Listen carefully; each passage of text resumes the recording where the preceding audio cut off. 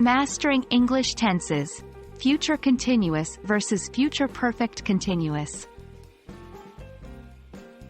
Hello, language learners. Welcome to another exciting video where we dive into the deep end of English grammar. Today, we're going to unravel the mysteries of the future continuous and future perfect continuous tenses. Understanding the differences between these two can be a little tricky, but don't worry, we've got your back. Let's start by understanding the future continuous tense. It's used to express an action that will be ongoing at a specific time in the future. The construction is simple. We use will or shall plus be plus verb ing. Example: she will be reading a book this time tomorrow. Moving on, let's discuss the future perfect continuous tense. This tense is used to express an action that will start in the future before a certain time and continue up to that time. The structure: will or shall plus have been plus verb ing.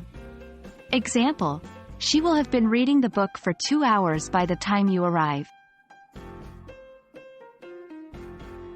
Now, let's highlight the key differences between the two tenses.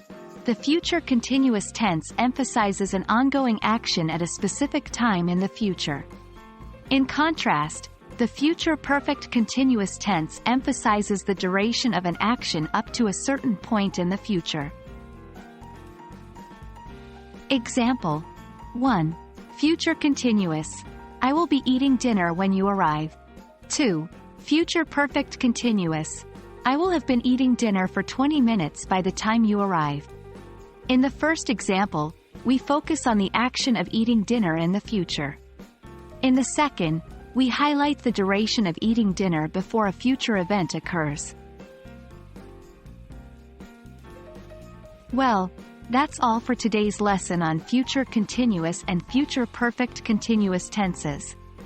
As you continue practicing these tenses, they'll start to feel more intuitive and less confusing. Remember, consistency is key when learning a new language.